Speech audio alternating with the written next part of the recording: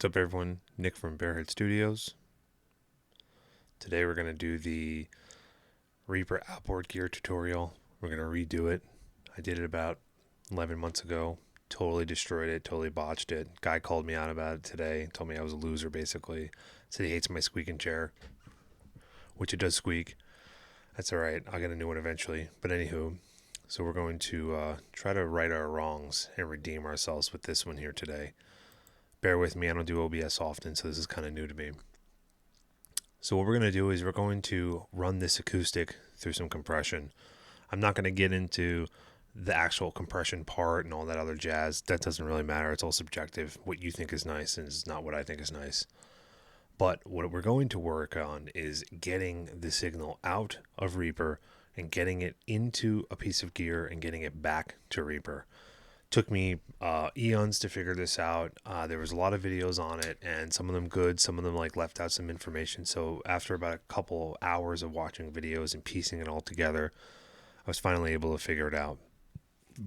Excuse me. So let's say you want to get this acoustic out. You just want to hear it. You want to compress it. You want to see how it sounds. So what you're going to do is you're going to create a new track. That track can be created directly underneath the track you're trying to affect, however you're trying to affect it. Compression, equalization, whatever you're into. You're going to route that original track to the new track. Once you do that, you're going to go to the new track and you're going to disengage the monitor input on that track. All right, once you do that, you're also going to go to the output, record the output in mono if it's mono. If it's a stereo signal, obviously you'd be doing this in stereo, but we're doing this in mono. You're going to be recording the mono. You're going to engage that. All right, so now it's recorded and it's going to record that. You're going to go to the original track and you're going to disengage that from the master send. Once it's disengaged from the master send, you're going to make sure that this signal is sent to this track. It's going to receive this by just dragging this and dragging it into it. See that? You'll see this little plug show up. It's a TRS cable. It's showing you're patching these together. So you're just dragging that to it. So this track is no longer sending to the master anymore.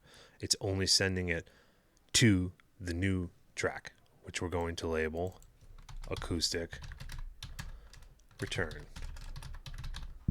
Very simple. Very, very, very simple. So now we're going to open up our effects window. Let's just delete it. We're going to start from the beginning. We're going to add an effect. We're going to add RIA insert. If you go to all plugins and you go to RIA insert, Reaper has their own patch bay, their own digital patch bay system, which is called RIA insert. You're going to add RIA insert. Ooh, that sounded weird. And you're going to set your inputs to the inputs that the return is on your computer. So if you're sending it out of channel 3, I'm sending the audio from that original track out of output 3.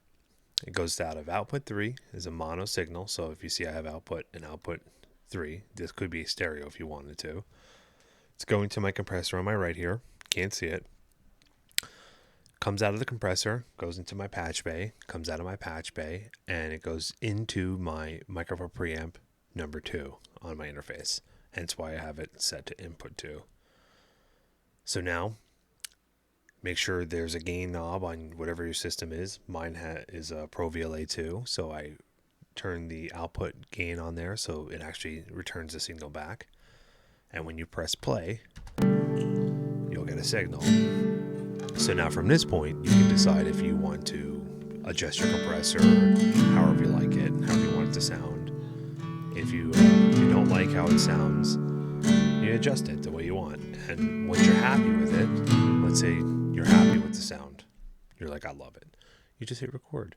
And now it will record that sound. It'll go directly in and record it, but then you just want to make sure that everything lines up. Everything's in phase and so like, I'll show you. So now, you save all, let's say.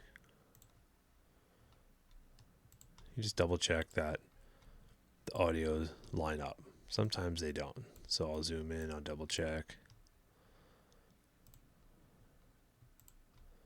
you'll see like a little offset because there's a delay when it goes through the system, and that's just normal. And you see there's like a subtle delay, and you just adjust it. Sometimes it'll be out of phase. It looks like this might be out of phase, so I might have to flip the phase on it.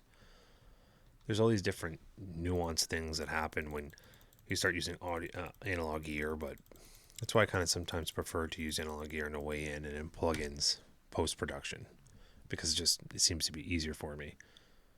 But that's really it. So we'll run through that again. Basically, your signal you want, you set reinsert on that signal chain, the initial signal you want to send out.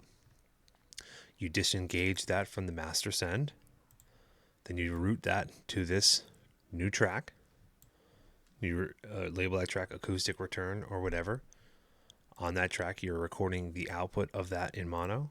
You're also disengaging the monitor input, and you're sending that to whatever input you're recording, whether it's channel 1, 2, whatever. And just record. And it's really that simple. And I hope I figured it out this time, and I hope this was a little bit easier to follow. And if not, then I'm basically useless, and I probably won't make any more videos for you. Until then, good luck. I hope everything works out for you.